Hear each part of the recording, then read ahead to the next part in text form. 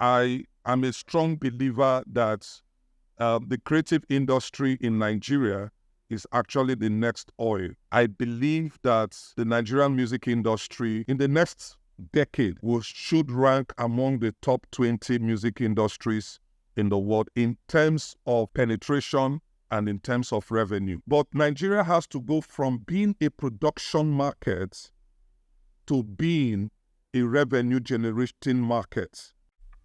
Going into this episode, I was hoping to be surprised. Talking with Dr. Chinedu, we're talking about Nigeria, what has happened, what will happen in the future. And I am flabbergasted by what I didn't know about the potential of Nigeria and the African continent. I hope you love it. Hey guys, and welcome back to the Sound Connections podcast. Today I am a lucky host. I have Chinedu with me in the studio. Welcome. Thank you. This is an episode I've been looking forward to. I actually briefly explained to you that we've been doing this podcast for a while and we've been growing very quickly. And I have realized over the time that most of the narrative I have with guests is from a Western context of what is the music industry. And today we're going to have a talk with you, and you are one of the most significant people in Nigeria within this space. So I'm very happy to have you on. I'm happy to be here, Jacob, and thanks for bringing me on the studio. And I look forward to this, and I'm glad it's happening today. So I know who you are, and I'm very excited to talk to you because you have had some pretty significant positions in your career. You've been the Chief Executive Officer of the Copyright Society of Nigeria, and you're also the founder of Purple Academy of Music Business. But for the people who don't know who you are, could you briefly explain who you are and what you do? Okay, thanks once again, Jacob, for having me in the studio for this important podcast. Quickly, my career has spanned over 23 years in the music business. I've gone in through the live music into management, that is collective management, where I spent the greater part of my career time in. I was in the collective management space, that's collecting society, where we represented owners of authors' right and owners of sound recording. I was in that space for 20 years, and out of that 20 years, I was CEO for 10 years between when we started off the new system. So I was CEO for 10 years until 2020. That I left the collective management space as a full-time job, and I went into private practice whereby I set up the Purple Blue Entertainment Solutions that really does deal with issues in right management, copyright valuation, and also provide consultancy for CMOs both in Nigeria and across Africa. I went on within that same period. I also went on to set up the Purple Blue Academy of Music Business, that actually more like a training academy to train people who might be interested in our music business and also want to learn about the intricacies and the dynamics of the music business.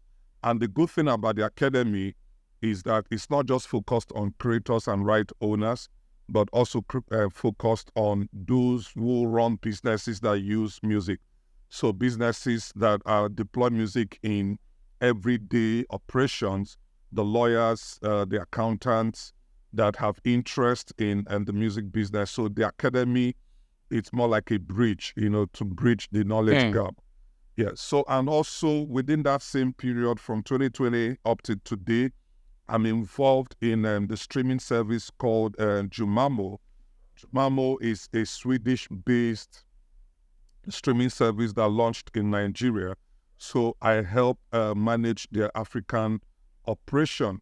And at the same time too, myself and a partner, we set up a local DIY aggregator, a distribution service that actually enables local artists to distribute their music on the major streaming services.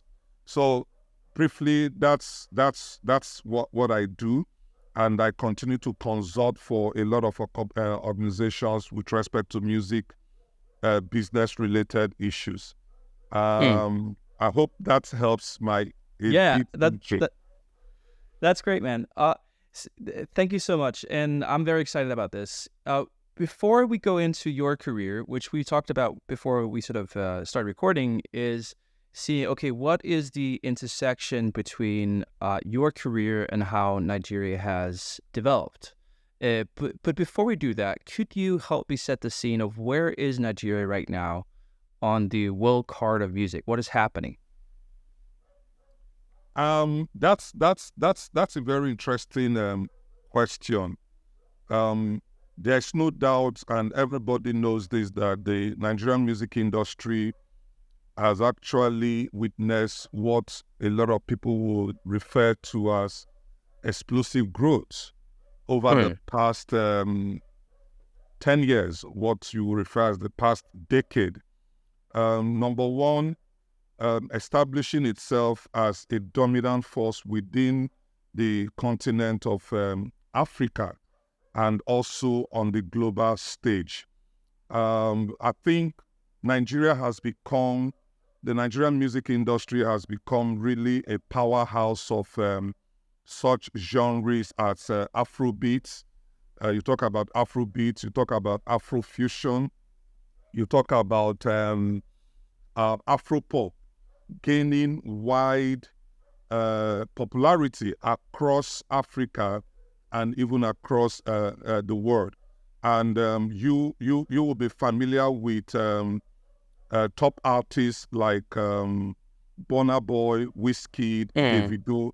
And last year, the world actually witnessed, I would say, what I will regard as one of the biggest song that came out of the continent of Africa and especially Nigeria, the song titled "Calm Down" from Rema. So I think the current landscape has been a landscape of churning out good music. There have been a lot of international collaboration, which has actually driven some of this development. And you can't talk less of the digital services, the digital platform, social media, and the fact that Nigeria at this point is witnessing, is witnessing tremendous growth. Last year, if you look at the report from the International Federation of Phonographic Industries, where the measurement in terms of growth has come from, you find out that the biggest of the growth came from Africa. The biggest of growth came from Africa, which is about 24%, and a lot of that growth is contributed by Nigeria, South Africa, and the rest of the countries in the continent. So Nigeria, Africa is actually witnessing an explosive growth, and it's occasioned by the digital platforms, the collaborations that our artists are having with the stars from other continents. So what is going on now is that we are making good music that the world is listening and dancing to. So that's what I'll say that's happening in Nigeria right now. Yeah, I was actually listening to Burna Boy on the way to the interview just to sort of get me the right mood of what's happening in Nigeria. So it's amazing what's happening from there. But before we understanding of where we are right now, I would love to understand what we are where we will be in the future when it comes to Nigeria. But let's leave that for the end of the podcast, because we need to understand what happened a decade ago. You said the last decade has happened an explosive growth. What has happened in Nigeria in that decade that has made that possible? Okay, number one, I will say that if you are familiar with the country of Nigeria, even before the last decade. And respectfully speaking, too, you will find out that our music landscape was actually dominated by music from other lands, Europe, America, and all of that. And it's not surprising because those continents had strong influence on how music has traveled, across the world, and Nigeria is no exception. But some things happened within that period that kind of began to change the narratives. And kudos must be given to the indomitable spirit of our creative young men and women who, despite the challenges in terms of infrastructural challenges and even economic challenges, the creative landscape has continued to evolve and continue to do what I will actually term as miracle, owing to the limited resources that is available to us. But we've not been limited in terms of talent. We've not been limited in terms of creativity. I am a strong believer that the creative industry in Nigeria is actually the next oil. Why Nigeria pride itself since 1970 or late 60s to date as one of the major producers of crude oil and its associated products, I can tell you that why crude oil may disappear maybe several years from now, the crude oil of the intellect and the creative ingenuity of young Nigerian creators would never dry up. And that is our comparative advantage. So we have those talents in abundance. What we didn't have was, at that time, was the necessary infrastructure to allow such creativity and talent to blossom. But it started with some of the government policies that were put in place in the early 2000s, where local content were actually given preeminence over every other content that comes from every other land, where the government deliberately, in trying to promote local content, made policies like on radio, you have to play a certain number of content, a certain number of percentage of content that are local. And that is, like, for example, on radio, the rule is that you have 80% local content and then 20% international or foreign content, as you may want to say. So that is a key policy decision at that time. Then number two was also democratization of radio.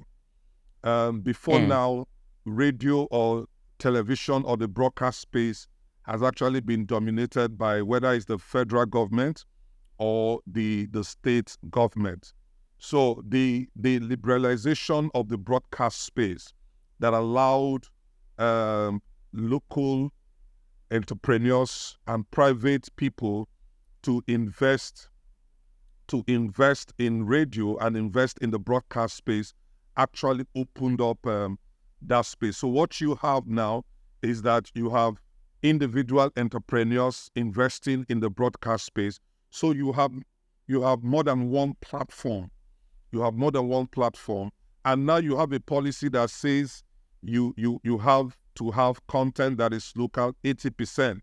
So the question now, where do you get the content? Where do you get the content? So there is the space where you can put your creative content on, but there's no content. So what the creators in Nigeria had to do was they had to duck back into themselves and began to create.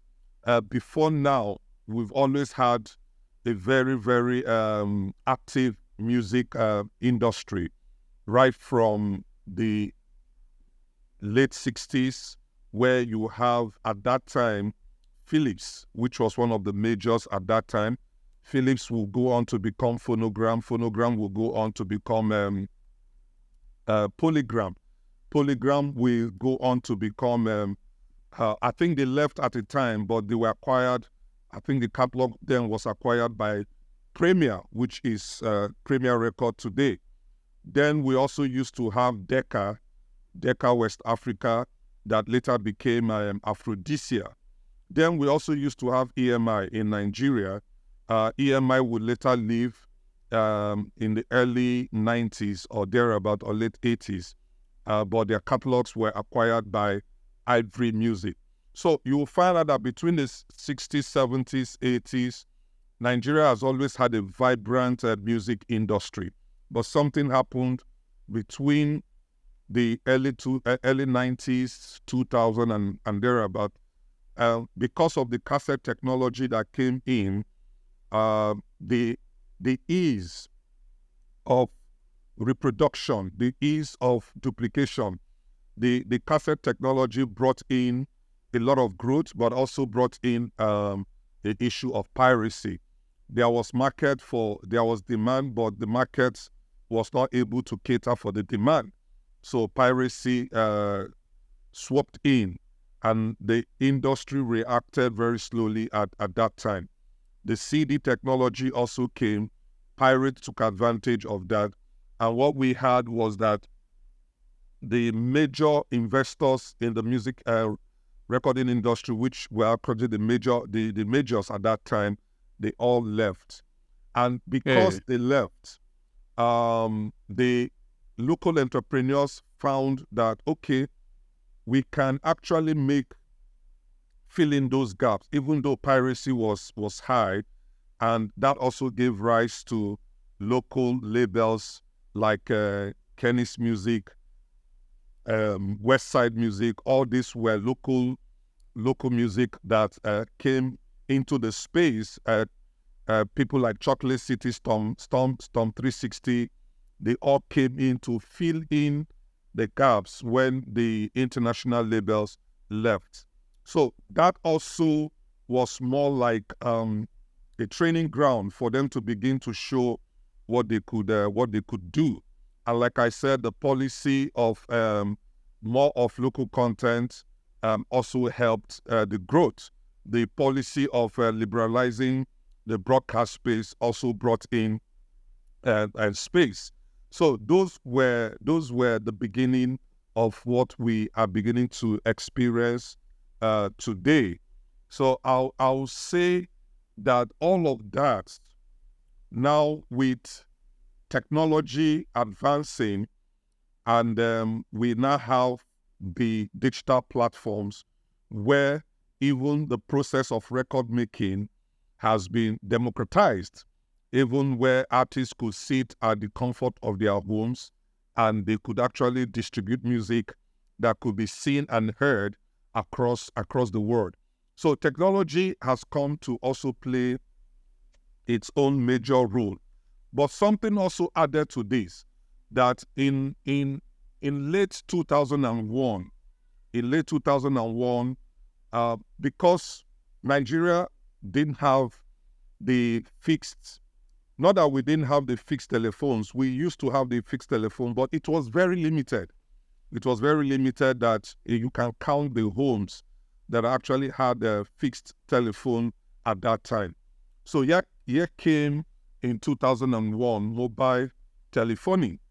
And Nigeria, I would say, was one of the first countries in the world to embrace mobile telephony, where everyone could actually have a telephone gadget. What that means, the issue of having fixed telephony was no longer an issue because people can actually access mobile phone.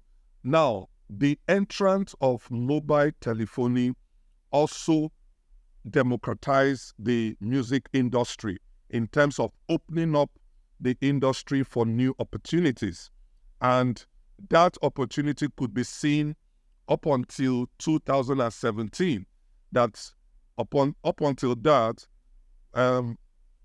ringtone, callback tone became a very big business in Nigeria. That for the first time, right holders could actually earn some level of revenue from the digital exploitation of their works. So all of these have contributed to where Nigeria is today. The ringtone came, and a lot of Nigerian creators made something very reasonable from that. And after that, then came the download, because people were now downloading technology. They could download, and rather than going to buy CD, people can actually access downloads and all of that. So that also contributed. Then we are now in the streaming era, where you can distribute your music, and your music is heard and seen all over the world. So those are some of the developments, some of the trends that impacted positively on the Nigerian music space. And not to forget this also, the international collaboration that has happened in the last 10 years between Burna Boy and Wizkid, Davido, those international, even of recent, and Rema and Selena Gomez, those actually help in pushing the Nigerian Afrobeats beyond the boundaries of Nigeria, beyond the boundaries of Africa, that today it has become a global phenomenon. So that has been what has been going on. Amazing. It's a really interesting journey that is so dependent on the access to technology. Yes. I have a question, because being an artist or a creative in any part of the world is a difficult career path when it comes to the financial aspect of it. How is that in Nigeria? Is it equally difficult, or is it more difficult to be a creator? Yeah, you see, if you take, for example, the Nigerian music space, a lot of the things that the Nigerian creators have been able to achieve has been, one, determination to succeed. Determination to succeed. And one thing I did not mention is that Nigeria, among other nations of the world, has the largest number of youth demography. I don't know that you know that the average age, the median age in Nigeria is around 18, and the youth demography is a significant driver when it comes to the kind of growth that we have experienced. The youths are, within this demography, you have those that are tech savvy, they are highly connected, they have they've been culturally influenced one way or the other. So, first of all, we have a very young youth demography, and that is one of the key drivers to whatever success that Nigeria is experiencing at this point in time. I said I should mention and that. But back to your question, in terms of how difficult or challenges that has confronted young creators in Nigeria. When we started off with the collective management space in 2001, that space, people could use your music on any platform and nobody's being paid for it. But that was something that we lacked. That's the ability to earn income for your labor and for your creativity. And some of us had to work day and night to actually put such a system in place. So we did that for several years until 2010, after so many work has gone into this. I think we got it right in 2010. And that was when COSON, the organization that I worked with, the Copyright Society of Nigeria, actually got approval from the Nigerian government to run a collective management organization. And we did a lot of work. We went to places that people dared to go to. We went to the broadcasters. We went to public performance center. We went to everyone that was using music in the public space in order to get them to begin to comply and respect the law. So that was a tough challenge, and a system where there was no structure that could guarantee income for the right holders, for the creators, is already a problematic system. So for us, what we need to do was to set up a system where the artist can have confidence in, where they can go to, and they know that their rights are protected. And we were able to do that. And for the first time, artists, creators, whether you're a writer, whether you're a performer, began to earn income for their music. And that was something encouraging. So, yes, we had our own challenges in terms of having an actual monetization structure that will help monetize all of the works that have been commercialized. Until Koson came on board, that was like a pipe dream. But when we came on board, we started doing all of the negotiations with the broadcasters, with the telcos, with the hotels, with the transport companies, and we started suing people. We started suing the defaulters and those that were recalcitrant. Things began to change for them. However, when it comes to accessing loans from the banks in order to finance a music project, that is still a problem up to today because, yes, that's still a problem because banks are not set up to understand the music industry. Banks are set up purely for profit making, and they don't understand the dynamics of the music business. So what some of us are doing in our current position is to begin to educate the banks. And that's one of the reasons we set up the Purple Blue Academy of Music Business, wherein we can create and curate tailor-made models for financial organizations and financial institutions and help them begin to shift their focus where they begin to see copyrights, your recording, your song as copyright assets. Where they begin to see that with streaming numbers now, you can actually build projections to say, okay, if I give you a loan to set up a studio, or I give you a loan to shoot a music video, and I can show you my statement in the last 3 to 5 years, what we've been able to do in terms of numbers, in terms of streaming numbers, in terms of sync licensing, in terms of shows. It gives you an idea that, okay, this is a bankable project.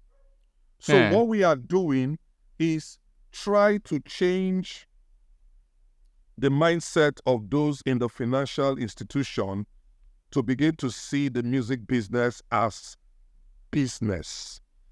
Yes, that's very music interesting. is a cultural product, but it is also a tradable asset. Yes.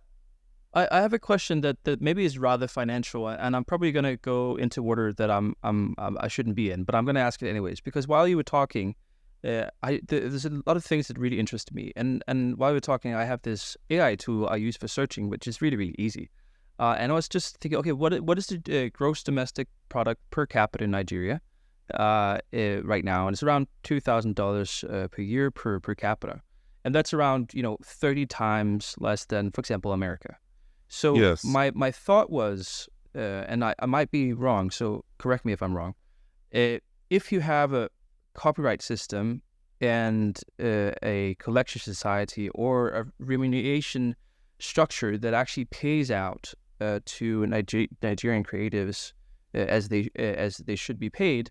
Having, for example, an international song or international aspect, or landing on playlists of consumers that are outside of their own region, that streaming income could actually be quite impactful, if that makes sense, because of the sort of how the monetary systems are set up. Am I going out on a tangent that doesn't make sense? I'm just trying to ask is whether or not that actually have a really big impact because the surrounding environment. No. You are not going. It's just that I was trying to hear clearly what you were saying. So please, if you don't mind, just repeat. Yes, I'll try to do it again. So while you were talking, I was looking at the GDP per capita, so gross domestic product per capita in Nigeria, compared to, for example, America, and it's around a 30th of it. So my assumption was, okay, if we have a Nigerian song that has some sort of international perspective to it, that can be playlist that's listened around the world, it can either be active or passive listening, that the monetization of those streams can actually be very impactful, because the sort of Nigeria as a whole, that money is worth a lot, if that makes sense. So my question is whether or not whenever Nigerian creatives have an international impact, that is actually worth a good amount of money for those creatives. Absolutely, Jacob. Because when I was speaking, I also talked about one of the trends that had happened in the last 10 years is international collaborations. And that has impacted on the earning capacity of our local artists who have been able to sign or feature in international collaboration or international projects. So that has really, really helped. Then you also talked about the streaming services. Because our songs are no longer local. Our songs are on Spotify, our songs are on Apple, and all of that. What it does is that it's no longer constrained within a boundary. So you have people in the US, you have people in Europe paying to stream all of this. So that's income that has really, really gone a long way to help. And that's one major factor that has helped grow the industry. Why currently, I will say this, and some people might not like it, Nigeria is currently a production market because a lot of the music that are produced here are for export purposes. And the reason is not far-fetched from what you have mentioned, where the purchasing power of the average Nigerian compared to his or European counterpart is very low. It's very low. So a lot of our artists are producing music that are being sold on the streaming services, and majority of the people that are buying this are from outside the country. So that brings in USD for them. That brings in euro for them, which enhances their crafts. So technology, international collaboration, the streaming platforms are actually helping to grow the local markets. Now, what a lot of these people have also done is, beyond having to sign up with the local CMOs, they have actually signed with international CMOs, abroad, which are helping them to collect a lot of those international royalties for shows that happen outside the continent or outside the country.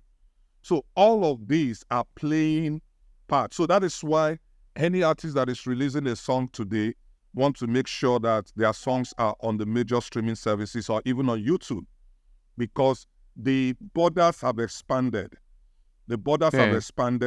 Nigerians are earning more money outside the country than they are earning within the country. That's really interesting. Yes. So what I'm hearing is because of technology, it can actually be a very, very good thing to be a creative in Nigeria, and that's what you're talking about. Because Absolutely. when you talked about the creative side being sort of the new export instead of crude oil, I was actually confused for a minute. Like, what do you mean by that? But what I'm basically hearing is because there's an outside economy that might have higher purchasing power compared to the local environment. That is Yes. actually, if you do well creatively, that is worth a lot. And to speak on it on almost like a social commentary, maybe that's actually what music should be priced at, because the value of music on a societal level is so significant and impactful that I applaud that music in that context is worth a lot of money. Yes. No, I'll give you another example. As part of my role within the African music space, I also work closely with IFPI. Yeah. Yes, and currently I lead the national group, the IFPI national group in Nigeria, called the Record Label Proprietors Initiative as the national coordinator. So I do a lot of work for the record labels, and I can tell you that the record labels are daily investing in new arts and in infrastructure that will enable effective commercialization and monetization of recordings. Now, within this same last 10 years we've been talking about, if you follow the trend, I spoke to you in the 60s, 70s, 80s, that actually the Nigerian music space was vibrant. But something happened within that space. Piracy came in and they all left. But within the last 10 years, Universal is back to Nigeria. That is investment they are bringing to the economy of Nigeria. And when I talk about the creative enterprise or the creative economy being the next oil, I mean it with all sense of seriousness. Universal is bringing in investments. They are setting up infrastructure in Nigeria. That is foreign direct investment for Nigeria. Sony is already here. That is investment. They are also setting up structures. Not just Sony recording, the publishing arm is also here. Warner, which is the third major, is also opening office here in Nigeria. So these are testaments to the explosive nature of the Nigerian music scene, that it's telling us that this is a ground where you can sow. And what some of us are doing is to ensure that we have the right structure that will be an enabler for such investments to recoup at the long run. Wow. So they are coming in, and one thing I didn't mention again is we have a lot of Nigerians in the diaspora. We have a lot of Nigeria in the diaspora, and that is playing a key role in bringing in foreign earnings to our local artists. If you go to the UK, you go to the US, you go to a lot of places in Europe, they are Nigerians, they are large contingent of Nigerians that are influencing the local cultural landscape with the Nigerian culture and the Nigerian Afrobeats. So because you have a large Nigerian contingent within these continents, as they leave the shores of Nigeria, they're exporting our culture. They go with our culture, they go with our food, they go with our dresses, they go with our fabrics, they go with our music. So you find out that as they go in large numbers, they are the ones that have the per capita income to pay for this music in a way that you get the real value for the music. Wow. And that money, what happens? All of those money comes back home. And once it comes back home, it helps to rejig the local music industry. So It's not one factor. It goes from the youthful demography, it goes from the diaspora community, it goes from government setting up its own policy in terms of promoting local content. It goes from international collaboration with international artists. All of this combined is impacting positively on what is known as Afrobeat today and the Nigerian music scene. Wow. That is incredibly fascinating. I had no idea the impact that has. And I do see now how this is the new crude oil. Wow. This I'm curious. Does this apply for? I know Nigeria has a very strong cultural musical export now, but are there other African countries that maybe has as a characteristic music culture that is ready for export or exporting right now that could have a similar financial impact on those countries?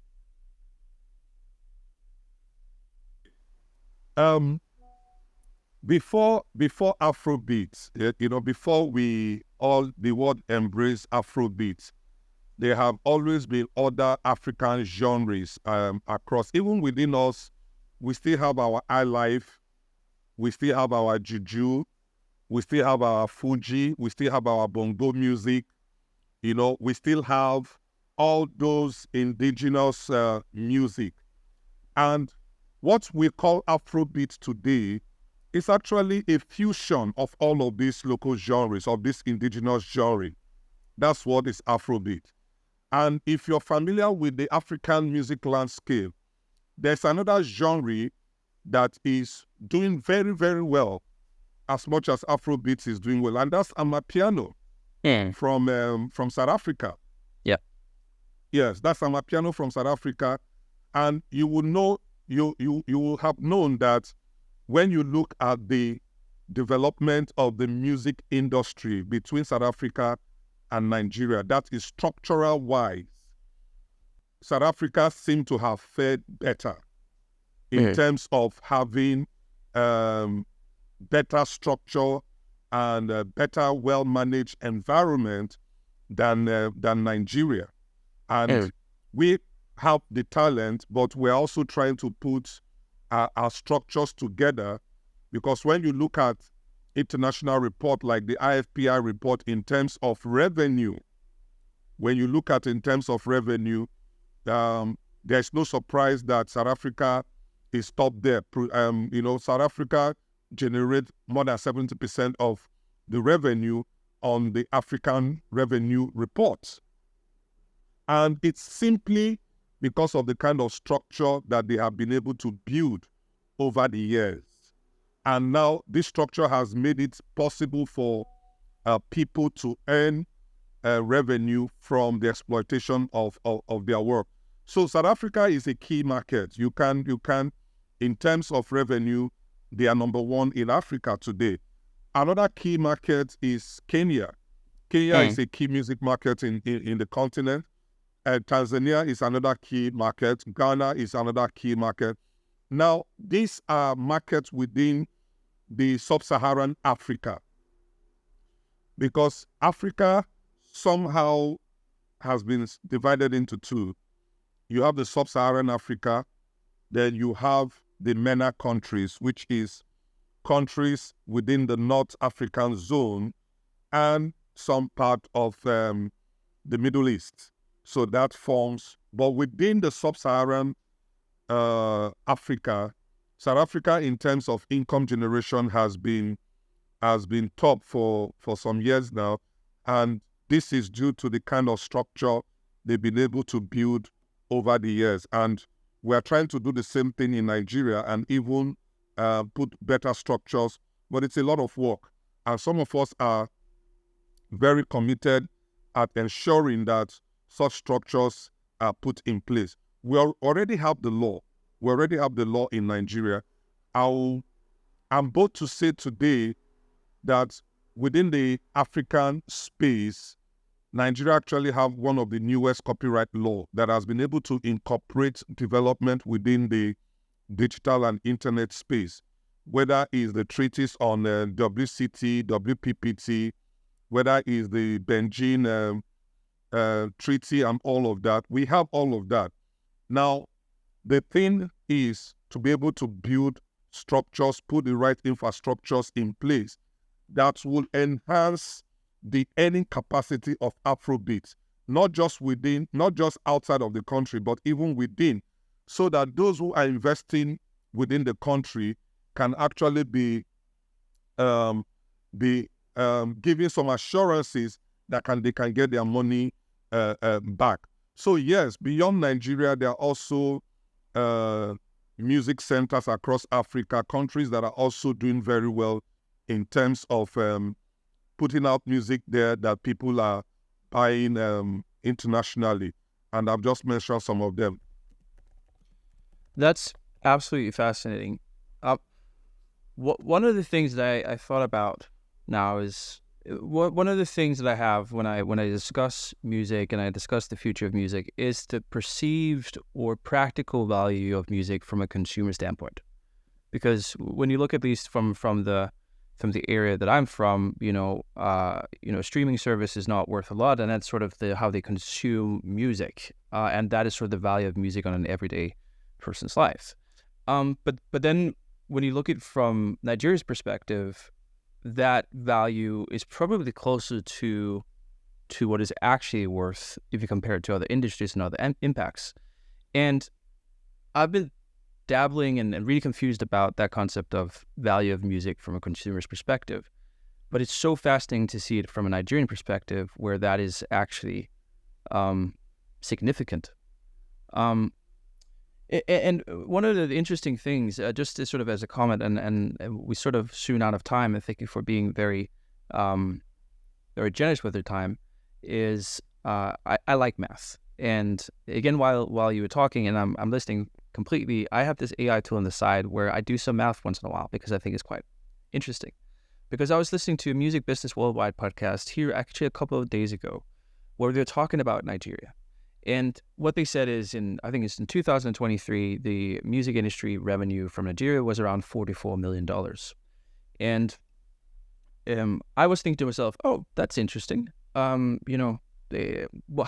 does that mean in the context of the rest of the world? Because when you look at US, for example, it's around 17 billion. So that ratio is, very far from each other. Quick math, that's, around 350 times difference when it comes to the revenue size.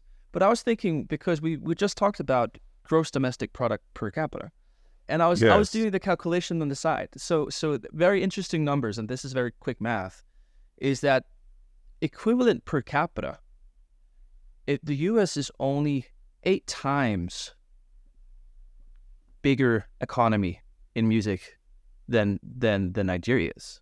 Yes. Does that make sense? So the revenue difference is 350 times in difference, but the impact of the local environment, GDP per capita, is only 8 times. Absolutely. So you can see that. Yeah. So in other words, actually, the impact of the value of music as a leading part of the economy is not that far from each other, even though if you just take it on pure revenue, it's very far. That is fascinating numbers. Hey. Yeah. Yes. So yeah. Go ahead. No. That's sort of how I think about it, and sort of make a small close end to this episode, because we've touched base on a lot of things, and actually I would love to have you back and maybe deep dive into some other stuff.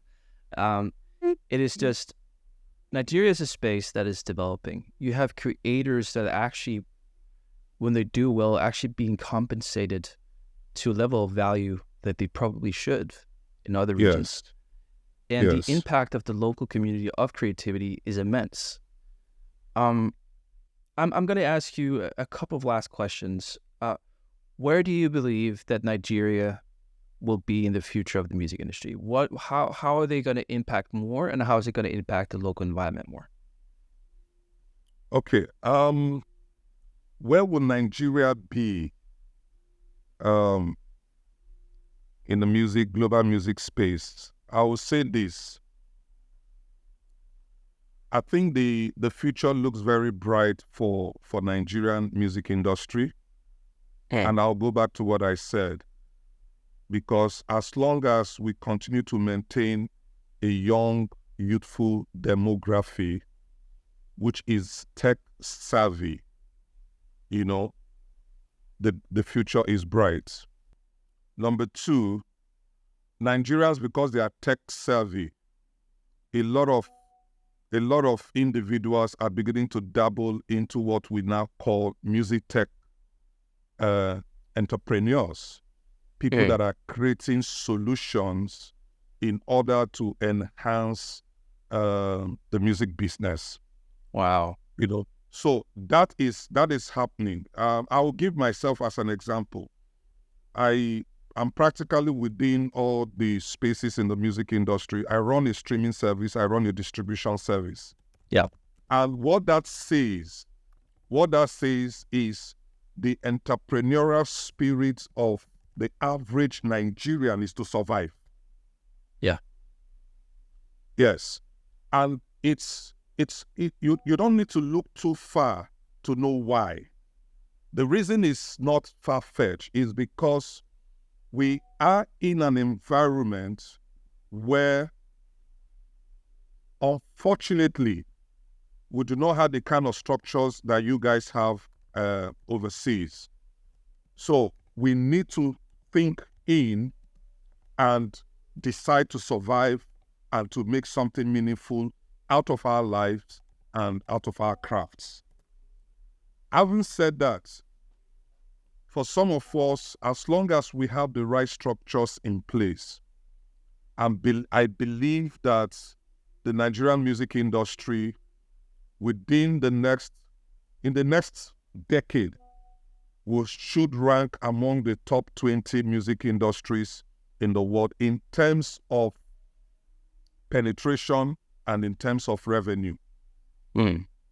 Yes, that's where I see, because when you look at the top 10 music market today, I'm just looking at the IFPI report. If you look at that, there's no African countries that, in terms of revenue, that's within the top 10 music markets. And you look at, in terms of revenue, the whole of Africa, based on sound recording, the whole of Africa in terms of revenue in 2023 did about 92 million USD. So, and we all know that we have all the ingredients for astronomical growth. What we are trying to fix, and that is where some of us come in, what we are trying to fix is the monetary mechanism that will ensure that we do not leave money on the table. Amazing. Yes. If we're able to fix the monetary mechanism locally, we don't have a problem with international royalties coming in, because they will keep coming in. But Nigeria has to go from being a production market to being a revenue generating market. So that's where we are. So that's the gap. So we are here. We are producing one of the top sounds across the globe. And we are shipping it abroad through the streaming services, through collaborations. Some of us are working in within to ensure that radio stations begin to pay royalties. Begin to ensure that music is properly valued locally. Yes. In the last 1 month, I've been speaking with some radio monitoring services on how to effectively monitor sound recordings over the radio airwaves. We've been talking with some Norwegian companies on front office applications so that we're able to capture and register our works clearly. So as long as we are not able to fix those structures, we will struggle in the global revenue generation space locally. But some of us are determined to ensure that those areas are fixed. So I'm very positive. The outlook is very positive. Technology will continue to evolve, and the mobile technology is also evolving alongside. And because Nigerians are among the first adapters of mobile technology, I see us doing a lot of things on our mobile phones. And that will speak of where we go in the next 10 years. And because a lot of Nigerians are tech savvy, there will be a lot of tech entrepreneurs. So there will be a new creation. The middle class will arise, because it's like what has happened over the last 10 years is that you have the upper class and the lower class. The middle class has disappeared, but the middle class is coming back. And when the middle class finally arrives, it means that the Nigerians has more purchasing power. People can now purchase more, buy more music, pay for merchandise and all of that. And as long as government continues to give us an enabling environment, entrepreneurs will come into the music space. People will build stadiums, people will build arenas for live music and all of that. And the societies, we are trying to strengthen them, will come up their responsibilities so that when you do shows, people are paid for the performances, the venues pay, everyone pays, and the investors are happy, the right holders are happy. So I'm very positive that Nigeria do have a positive outlook musically, not just in terms of creativity and talent, but also in terms of revenue generation. And currently, I was in the capital 2 weeks ago, and we are engaging government at the very top level to making sure that the environment is right for creators to harness all of this for their own betterment. And at the end of the day, government is better off because you have more people to tax. When people earn money from their craft, there is more in the pool for you to collect in terms of taxes. People will be willing to pay if the earning power increases. And that's what we're trying to do. I am so deeply fascinated about this conversation, and this is what I hope for. I always hope to have a revelation, and I have definitely had. I'm going to be very clear that this is not the last time I'm going to ask you to come on the podcast. I do hope you appreciated being on it, because there's so much to unfold here. I'm enjoying myself, Jacob. I'm enjoying. There's so much to unfold. We've been going on for an hour, and I think this is a perfect time to sort of end the conversation as of right now, because we have touched upon on things that I need to think about, and I hope the listeners will also contemplate this. Like my last comment is, if I took on my investment hat or co-founder enable hat or sort of sweat equity hat, this seems like a market you would invest in. It's a market that is exploding. It is a market that music has a much higher value per capita than other places, and I did not know this, and I do feel lucky. Okay, let me shock you quickly. Yeah, I know we have no time, but let me shock you quickly. You know what we are doing at Jumamo? Someone will ask, "What are you doing with Jumamo streaming service?" There is Spotify, there is Boomplay locally, and all of that. But what we've discovered that there's still a gap. There are a lot of creators that are scattered within villages and hinterlands and communities that are not in Lagos, that are not in the commercial cities. What Jumamo is doing is to give those guys platform. All we are saying is that you can create your music in your village, and we will make your music available to a larger audience. We'll make it available to the world. So you do not need to leave your village to be heard and to become a superstar. That's what we're doing at Jumamo. That's amazing. Well, we've talked about it before, but let's definitely get Jumamo on the podcast as well, and we can deep dive into those conversations again. Yes. Thank you so much for being on the podcast. Thank you for putting your time into this, and we'll talk very soon. Thank you, Jacob, and my regards to your team, and thanks for having me here. I look forward to another session of this very interesting topic. Thank you very much.